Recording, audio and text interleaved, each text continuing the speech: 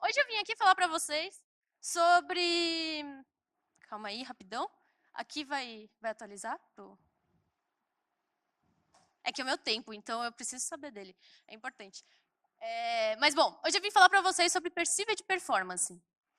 Primeiro, para começar, o que é Perceived Performance? Quem que sabe aqui o que é Perceived Performance, levanta a mão. Pouca gente, legal. Então, eu espero que hoje vocês saiam daqui sabendo alguma coisa de Perceived Performance. Bom, primeiro a gente vai falar o que é performance, né? Performance tem um monte de buzzword aí, um monte de palavrinha que a gente já está acostumado a ouvir no mundo do front-end. Então tem AMP, PWA, HTTP2, usar CDN, usar otimização de imagem e mais um monte de coisa por aí. Mas eu não vou entrar nesse quesito hoje, que isso é a parte de performance. Mas a performance, além disso, ela é sobre desempenho. É falar sobre o desempenho do seu site. Esse é o resumo da obra, além de todo o resto. E aí, o que é perceived? O que é perceived? Perceived é sobre a percepção. São sentimentos. O que a gente sente quando a gente está entrando no site, o que a gente sente ao usar um aplicativo, uma aplicação, qualquer coisa do tipo. E aí as pessoas vêm e falam para mim, tipo, nossa, Fê, você está em todos os eventos. Primeiro eu vou me apresentar. Eu sou a Fernanda Bernardo, eu sou engenheira de software na Lu7, e eu criei o Help for Papers, e a gente está com um espaço aqui em cima, do lado do Front-End BR, então vão lá, eu vou ficar hoje o dia inteiro lá em cima, e vão falar comigo. O Help for Papers, dando só uma introduçãozinha, ele é um projeto para ajudar as pessoas a estarem aqui no palco, desse lado daqui, não aí assistindo. Então, virem palestrar, então perder os seus medos, saber o que falar, saber pegar tema, pegar coisas, saber formular uma palestra. E, além disso, saber se comunicar, né? A gente está aqui num evento, eu gostaria que todos vocês se comunicassem uns com os outros. Porque essa é a proposta do evento, além de todas as palestras que tem aqui. E, além disso, eu sou mentora e eu tenho aqui também meus contatos, podem entrar em contato, tirar dúvidas, fazer perguntas, qualquer coisa, falar, e eu respondo. E aí, voltando lá no que falaram para mim, as pessoas geralmente falam isso, e, bom, não é bem assim que funciona o negócio, né? Lá em 2014, eu dei 3 palestras, foi quando eu comecei a palestrar, e a minha primeira palestra sozinha foi aqui no Front em Sampa. Então, o Front em Sampa tem um sentimentozinho assim para mim. Foi lá a minha primeira palestra, e lá aqui estava o site, como que era em 2014, eu estava lá, jogos indo além do simples CSS, e assisti essa palestra lá no Front em Sampa. Pô, que da hora. Legal, legal. E era essa daqui, era essa palestra. Se vocês entrarem lá no YouTube, tá gravado. E aí depois, em 2015, eu dei uma palestra, voltei, parei, saí um pouquinho desse mundo. Em 2016 foram 5, em 2017 foram 16 palestras. Foi coisa pra caramba. E aí, esse ano, hoje é a 11ª palestra, e eu já tenho mais, aqui no Front em Sampa, e eu já tenho mais 4 palestras marcadas. Ou seja, já dão 15 palestras, então eu vou bater minha meta do ano passado. Então, e a gente está na metade do ano. E aí, a gente saiu lá do inferno, né? Que o Front em Sampa foi no inferno, na balada da Augusta, e veio para o paraíso, que é hoje aqui, tá nesse teatro maravilhoso. E tá aqui bonitinho. E aí, em 4 anos, desde 2014 para cá, eu dei aproximadamente 33 palestras. Coisa pra caramba, mas é óbvio que eu não participei de todos os eventos, né? É óbvio, porque não tem como. Eu fui crescendo, na verdade, né? Eu fui aumentando gradativamente, por isso que talvez trouxe essa percepçãozinha. E não tinha como que eu estar em 2 lugares ao mesmo tempo. É só a Hermione consegue. Eu gostaria de ser a Hermione, mas não é tão viável assim, né? E aí, estou falando aqui da minha vida, tudo e tal. Na web, é a mesma coisa. Essa questão da percepção. Todo mundo tem a percepção que eu estou em vários eventos. Mas isso foi só ao longo do tempo que foi acontecendo. E aí, na web é a mesma ideia. Não tem como a gente usar todas as iniciativas de performance para melhorar o nosso site. Tipo, deve dar? Até deve, mas é meio complicado você aplicar tudo, assim, tudo, tudo, tudo. E aí, o nosso objetivo é fazer a nossa web, o nosso site parecer mais rápido. Então, a gente tem que enganar aí um pouquinho o usuário, beleza? Mas por que a gente se preocupa tanto com performance? Bom, espera aí rapidinho. se preocupa tanto com performance? Porque performance é sobre tempo, e tempo é dinheiro. Beleza? E dinheiro é bom para todo mundo, né? É isso que a gente às vezes quer vender no nosso site, e às vezes é nisso que a gente vai ganhar em frente a um concorrente. É isso que a gente vai manter ali o seu usuário no seu site. E aí, sobre isso, tem algumas frases que 1 segundo do seu site mais lento, ele custa para a Amazon 1,6 bilhões de dólares por ano a menos no money que entra para eles. Então, tipo, é 1,6 bilhões? Eu acho que é de dólares. Acho que é um pouquinho, bastante, né? E 0,5 segundos a mais numa página de busca, ele gera um tráfego 20% menor para o Google. Então, você percebe que o tempo ele importa, né? O tempo importa bastante para todos os sites, para os grandes e para os pequenos, para todo mundo importa muito. E aí, demora aproximadamente 3 segundos para um usuário abandonar o seu site. Gente, você sabe o que é 3 segundos? É tipo de agora até agora. Pronto. Beleza? É muito rápido, certo? 3 segundos para, tipo, nesse meio tempo, eu desisti de ficar lá no seu site. É só isso que você precisa para fazer o seu usuário desistir. Então, a gente precisa fazer logo essas coisas de performance, para ontem, certo? Tem que fazer muito logo. E aí, a gente já falei que é performance, já falei que é perceived. O que é perceived performance?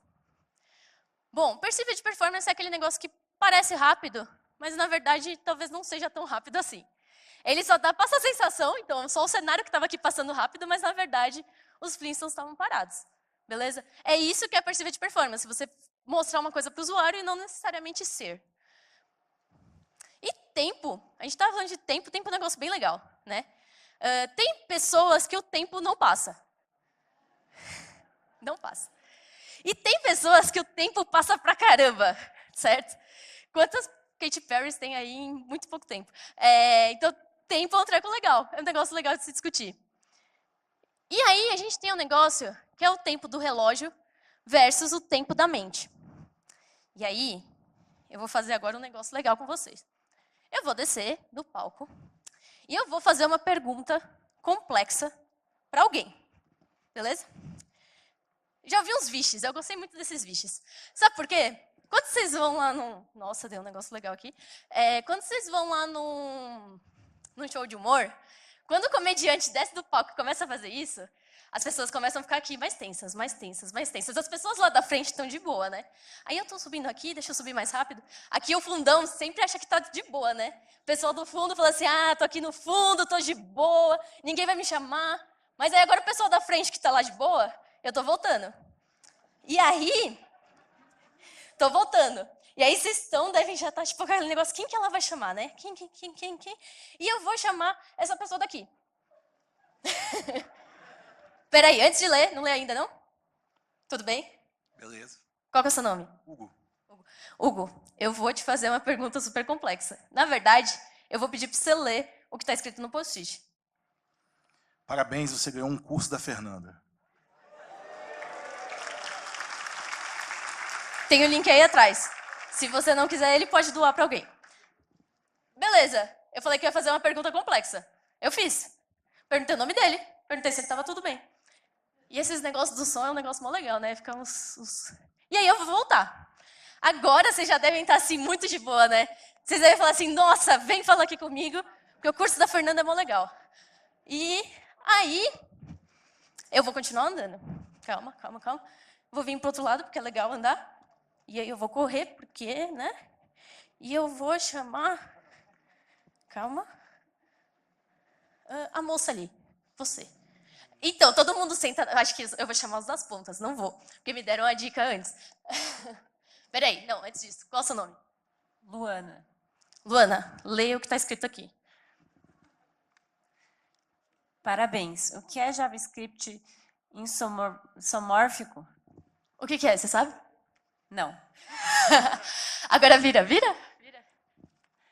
Brincadeirinha. Era brincadeira. Você também ganhou um curso, tem aí o link. Mas, o que acontece? Agora eu posso voltar?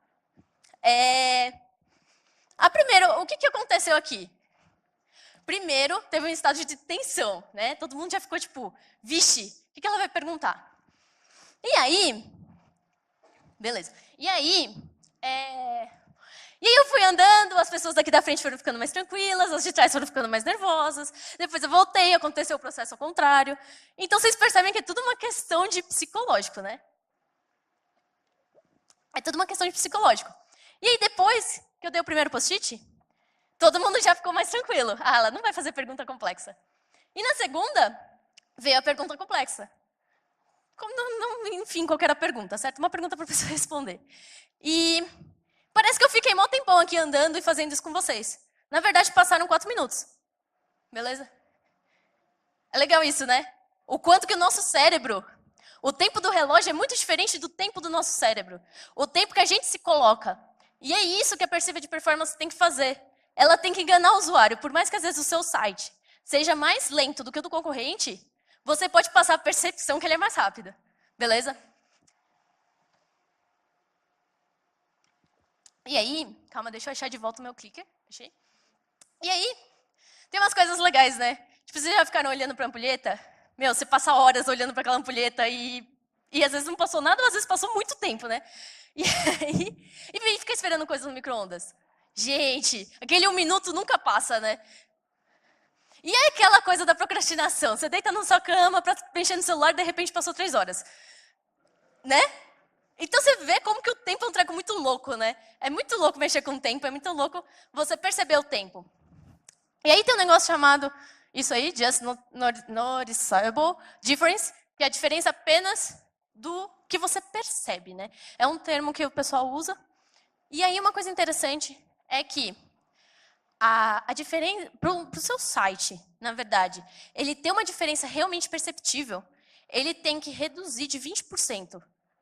O 20% do tempo de que é hoje tem que diminuir 20%. Se você diminuir menos do que 20%, meu, seu usuário não vai nem perceber. Então, assim, pensa bem, se conseguir diminuir 0,1 segundo, é 20%? É, beleza. Se não for, seu usuário não vai perceber. Certo? E aí, como que a gente percebe o tempo, né? Como que a gente percebe o tempo aqui?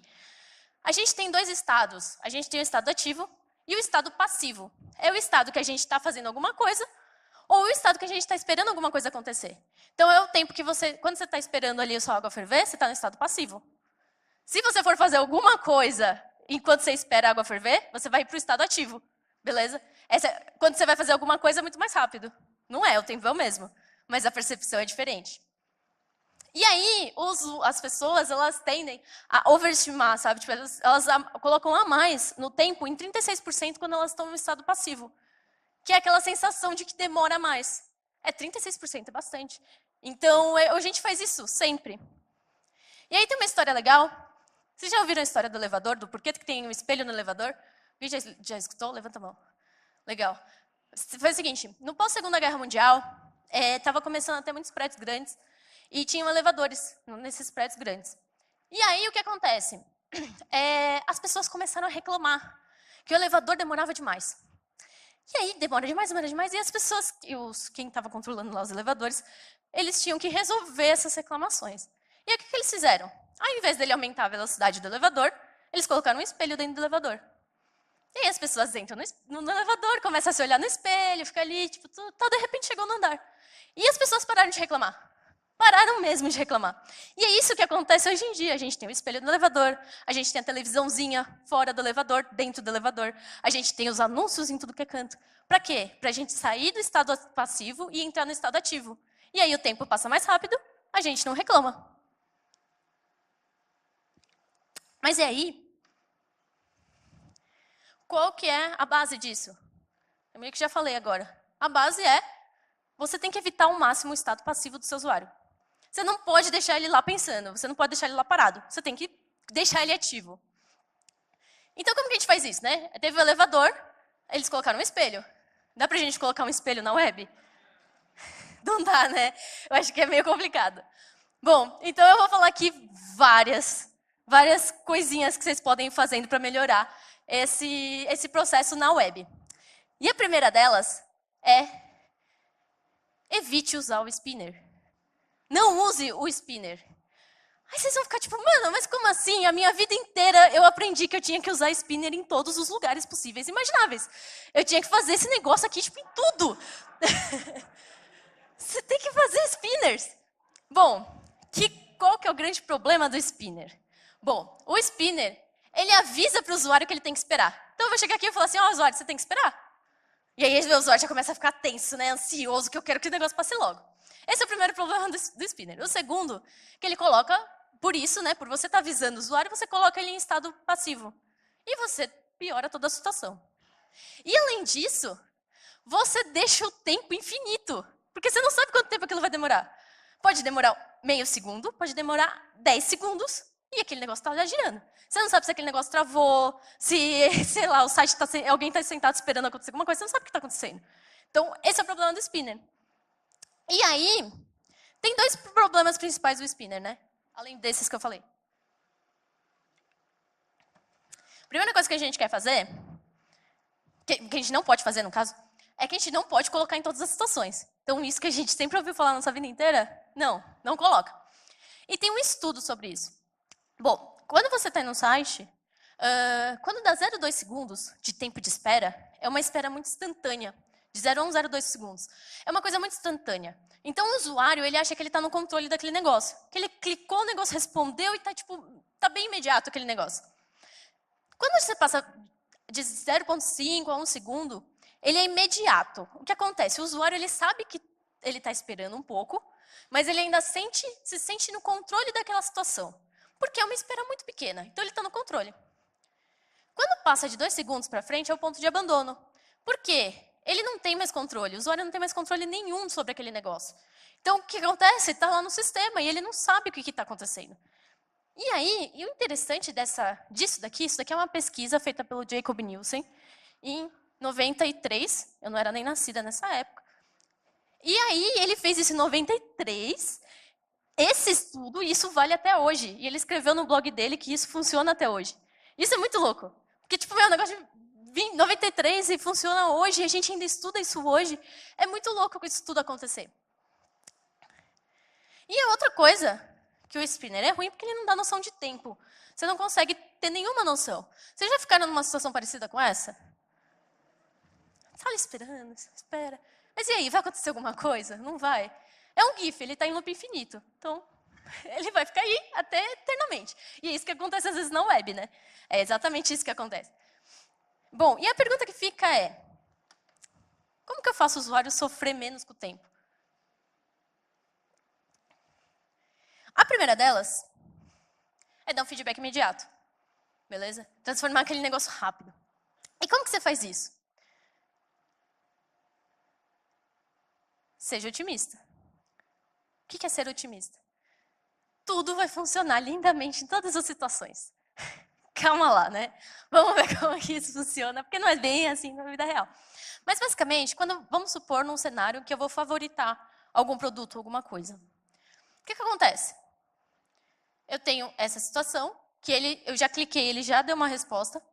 E eu tenho essa situação que geralmente a gente tem, né? A gente clica, o negócio fica lá esperando, depois ele aparece. Beleza? Qual que é mais legal? O de cima, né? O que acontece? Quando você vai favoritar alguma coisa, tem uma chance muito grande de dar errado? Tipo, muito grande? Não. Acho que em 99% dos casos, aquele negócio vai funcionar. Então, se você, quando o usuário clicou, você já faz aparecer que está favoritado, o que acontece?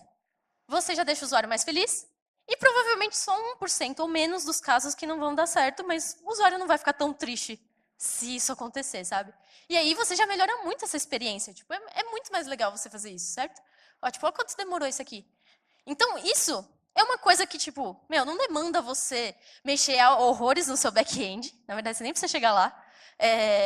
Você mexe no seu front, do seu lado, e é uma mudança muito simples, porque você não vai precisar ficar fazendo nenhuma lógica complexa.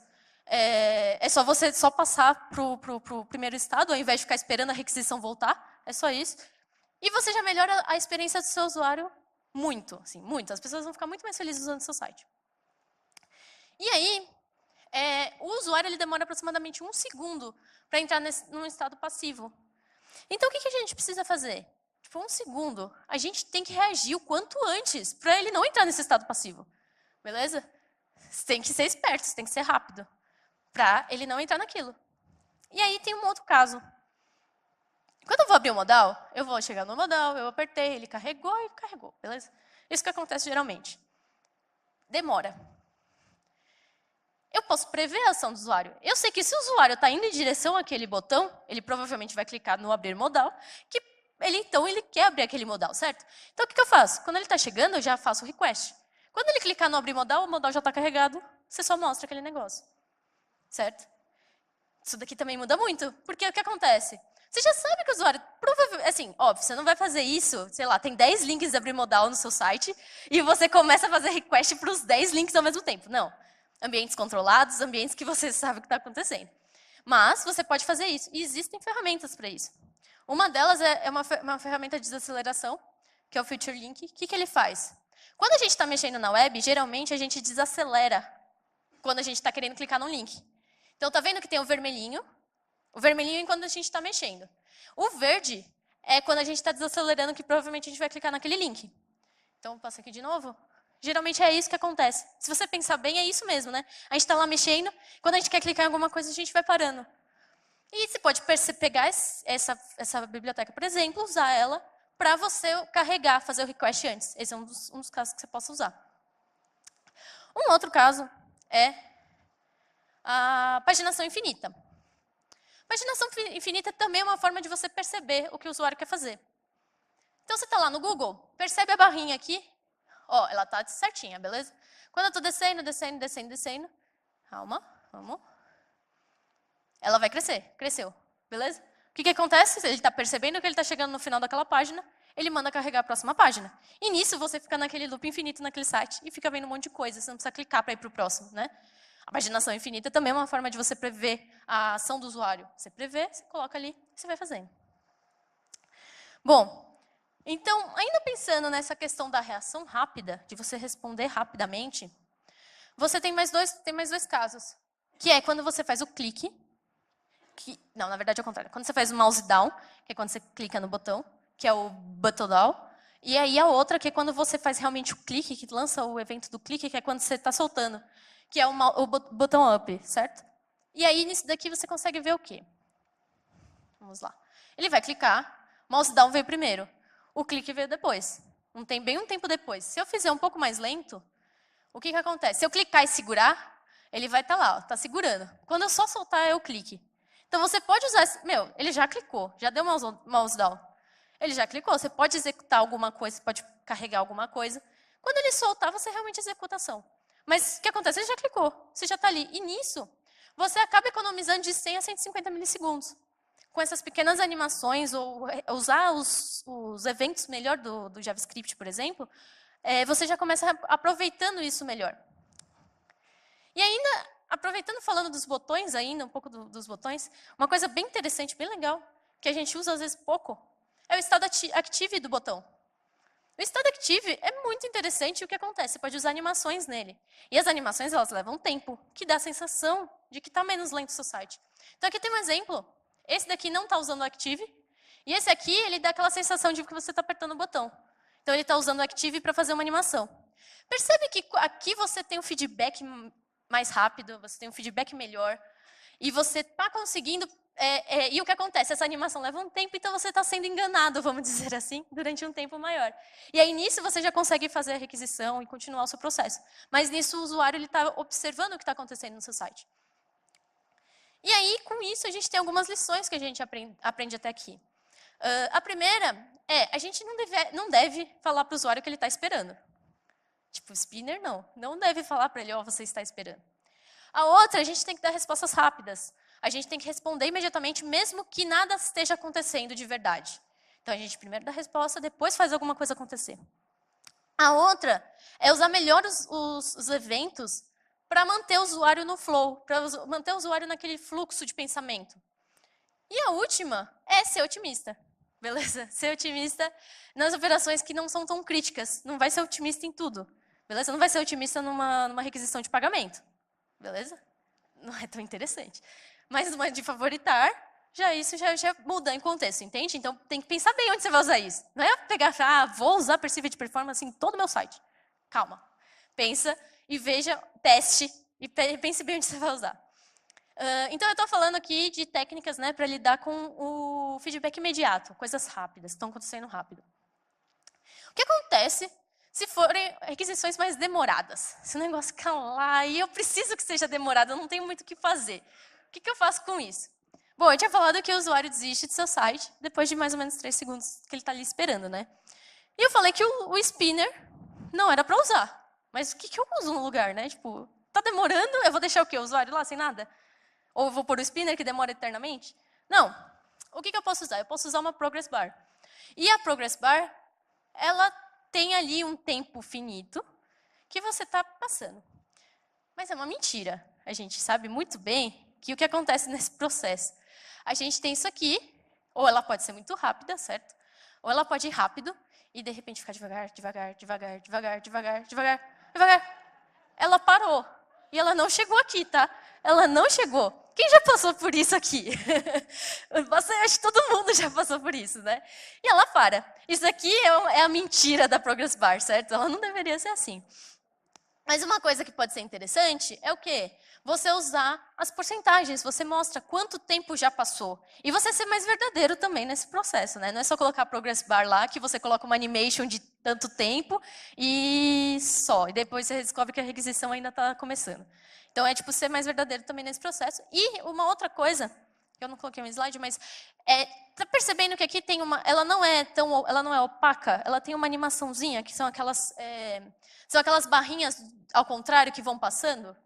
Isso daí influencia muito na percepção do usuário.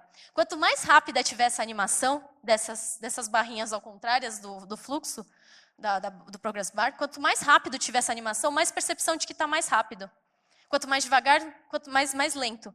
E essas opacas daqui, elas não dão tanto essa sensação, porque é um negócio chapado. Então, se você também colocar as animações, que fica muito claro, não sei se vocês estão vendo, mas essas animações que vão passando, ele também dá um feedback melhor para o usuário. Tanto que de que está mais rápido, quanto que está mais devagar. E aí tem alguns exemplos, né? O Slack é um exemplo bem interessante. Por quê? Primeiro que ele usou o logo dele para fazer o tipo loading. E ele avisa que está loading. Calma, aqui. Ele avisa que está conectando. E depois disso, para não ficar só nisso, o que ele faz? Ele entra nesse loading e põe uma mensagem para você ler. Essa mensagem que você vai ler, você vai parar, vai ler. Você está no estado ativo. Você saiu do estado passivo de esperando, você vai entrar no estado ativo de estar lendo. Então, isso é uma forma de te enrolar para o negócio carregar também, certo? E eles usam bem isso. Outras formas é deixar, tipo, bonitinhas as coisas, os loaders. Então, esse loader é mó bonitinho, você fica olhando, né? Ou como que está o desenho, você fica olhando todas as coisas e ainda tem aqui a porcentagem. Ele está te realmente mostrando quanto que tempo que passou, quanto que está passando e como que está essas coisas. E aí tem muitas coisas fofinhas, certo? Essas coisas fofinhas, elas mantêm o usuário ocupado. Gente, mantém. Tudo que é fofinho que aparece na tela, você para para ver, né? E aí, calma, isso é apenas uma distração. E aí, o que eu vou fazer agora? Eu peguei o site da Lucete e eu coloquei coisas assim. É uma distração, é fofinho, não é? Posso fazer isso? Não é legal, né? Não é também toda a distração que você vai fazer. Seria interessante, seria bem legal, mas não, a gente não pode fazer isso. Mas assim, não é toda a distração que você vai colocar para o seu usuário. Óbvio, todas as distrações são pensadas em algum contexto, são estudadas de acordo com o seu público. O que o seu público quer se distrair? Entende? Você não vai colocar um código lá de programação para alguém que está, sei lá, na medicina. Beleza? Talvez ele não se interesse, ou talvez se interesse e dê certo. Mas você tem que pensar também nessas coisas do seu público. E aqui tem de novo, eu coloquei só a tela cheia do Slack, para ver como que fica esse negócio da frase aqui, né? Então você para esse tempo para ler aqui, tem o loading, tudo, mas ele tem coisas para transformar o usuário no estado ativo. Eu falei para não usar o spinner, mas o spinner está complementando com outras coisas, ele não está sozinho. E outro exemplo bem clássico, quem aqui já não ficou sem internet? Esse exemplo clássico, gente, o Google ele foi muito esperto em ter feito isso. Por quê? Você está sem internet, você está naquela ansiedade de querer que a internet volte. Você fica lá dando refresh de 5 em 5 milissegundos para o negócio aparecer logo e a internet voltar. O que ele fez? Colocou um joguinho offline que você fica jogando enquanto você espera a sua internet voltar. Na verdade, você às vezes fica até depois que a sua internet já voltou, você ainda está jogando, e vira uma competição muito louca na sua empresa, todo mundo querendo bater um no outro. Então, a verdade foi até a mais do que esperava-se. Mas é isso, você distrai seu usuário com alguma coisa, você põe ele no estado ativo. E sabe quem faz isso muito bem? Os jogos. Os jogos fazem isso muito bem. Eles demoram muito para carregar, e eles colocam ou minigames para você ir interagindo enquanto o jogo carrega, ou senão ele coloca dicas para você ficar lendo o negócio. Então, assim, ele coloca distrações para o quê? Eles sabem que o jogo demora para carregar. Eles sabem que o jogo online demora para você arrumar lá a sala e as pessoas entrarem. Então, o que eles fazem? Eles só vou distrair o usuário, vou colocar informação, vou colocar jogo, vou colocar coisas para ele treinar para o jogo de verdade. Então, isso é feito nos jogos e é bem usado. Então, eu acho que funciona bastante com todo mundo. E outra pessoa não, né? Não é uma pessoa, mas outro site que usa isso também bastante é o YouTube. Imagina se você tivesse que esperar sempre todo o seu vídeo carregar para você poder começar a assistir. Ia ser tenso, né? Então, o que eles fazem? O mínimo que eles têm para te mostrar, eles já te mostram. E vão te mostrando. Você não fica tão chateado de esperar ele carregar no meio do que, né? Imagina, toda vez que você fica chateado, porque o seu vídeo parou nos 5 segundos para carregar um pouquinho, lembra que ele pode demorar 1 hora para carregar e depois você assistir. Eu acho que essa é a intenção principal. E uma coisa que a gente aprende aqui é que a gente precisa manter a atenção do usuário e dá a sensação que tem um feedback rápido. Não necessariamente precisa ter o feedback rápido, mas a gente tem que usar de animações, de estratégias, de coisas aparecendo na tela, de informação, conteúdo, para manter o usuário no estado ativo e ele sentir que aquele negócio está mais rápido. E aí, vem a parte que eu já dei várias dicas agora, mas é cuidado, é o que eu falei ao longo da palestra também. Muito cuidado, porque não adianta nada você querer usar tudo e você só zoar tudo, né? O que eu queria que nesse GIF continuasse, calma aí, eu queria que quando ela fechasse a porta, começasse a pegar fogo em tudo. Só para mostrar que não adianta a gente querer usar tudo em todos os lugares, que às vezes a gente pode só piorar a situação. A gente, às vezes, porque assim, animações são coisas complicadas. Porque se você imagina aquelas apresentações que tem um monte de animação de coisas voando. Você fica assim, gente, o que está acontecendo? É a primeira reação. E a segunda reação é, por que essa animação não vai mais rápido? Então, animações a gente tem que ter cuidado ao lidar com elas, ao usá-las. E aí, e também, é o que eu falei, às vezes você pode querer ajudar muito e você acaba atrapalhando tudo. Então, por isso que essas coisas têm que ser pensadas. E o que isso pode prejudicar o seu site? Se você usar de uma forma errada, o que pode prejudicar? Pode prejudicar, atrapalhar os seus dados. Por quê? Vamos imaginar o seguinte, que eu faço uma requisição, eu carrego uma página, certo? Antes do usuário clicar. Quando eu carrego essa página, eu estou provavelmente enviando dados para essa página. E esses dados é como se o usuário acessasse. Se o usuário não acessa, o que acontece? Você está tendo dados errados do seu site. Então, cuidado onde você vai usar, em que situações. E também fiquem atentos para as métricas que vocês estão tirando disso. Porque as métricas podem estar sendo zoadas por conta disso e vocês nem sabem. Então, é bom, não use porque as métricas vão zoar, mas usem e saibam que as métricas podem ser afetadas dependendo de como está arquitetado o seu site. A outra, o usuário ele pode baixar um monte de coisa desnecessária. Imagina, vamos dizer o caso que eu falei que tem 10 botões e você começa a fazer request para os 10. Imagina o usuário baixando 10 coisas, 10 páginas diferentes ao mesmo tempo ali. Eu acho que ele não vai ficar tão feliz quando ele descobrir que você está fazendo isso. Então, cuidado também com as coisas que você está baixando, que você está fazendo o request. E a outra, você pode estar dando feedbacks errados. Dependendo de onde você use, pode ser o caso do pagamento. O pagamento é uma boa. Se você usar isso sempre no caso de pagamento, pagamento tem uma chance maior de dar errado e é mais crítico. Imagina que você só seja otimista. É otimista no pagamento. Você vai se dar mal e o usuário vai ficar puto também, né? Imagina que um pagamento foi e ele queria cancelar, e aí só que já foi, só que daí não foi de verdade, e aí fica aquela confusão. Então, você tem que tomar cuidado com os tipos de feedback errado que você pode dar para o usuário. E aí, como tudo na nossa vida, que é a mensagem que eu quero passar para vocês, tome uma decisão, teste, valide essa decisão. Então, testa tudo teste, e depois você começa esse ciclo. O que isso significa para o que eu estou falando aqui de perceivable performance? Decida em que ponto você quer atacar. Qual desses vários que eu falei ao longo da palestra, decide um ponto, toma uma decisão. Testa isso, faz um teste AB, a gente tem teste AB para isso. Faz um teste AB, ou faz ou teste de usabilidade mesmo, dependendo do que seja, não sei. Faça um teste. Valida se esse teste está fazendo sentido. Não adianta só fazer um negócio, deixar lá rodando e achar que está funcionando. Valide, tenha métricas, tenha resultados disso. E depois volta para o estado do começo de novo. Tenta outra abordagem. Deu errado a primeira? Tenta outra. Ou deu certo a primeira? Tenta outra e faz de novo. Bom, era isso que eu tinha para falar para vocês. Aqui estão todas as referências que eu usei para ter umas palestras aí no meio também. Tem muita coisa, tem muito conteúdo interessante. Tem muitas outras coisas que também podem ser feitas. Aqui estão meus contatos de novo. E eu dei o curso para as 2 pessoas, e para quem não recebeu, tem 40% de desconto. Então, se vocês acessarem esse link, tem 40% de desconto no meu curso, que eu ensino o básico de HTML e CSS, que é fazer uma página pessoal, e eu explico realmente o que a gente está fazendo com HTML e CSS. Bom, é isso, gente. Obrigada. Tem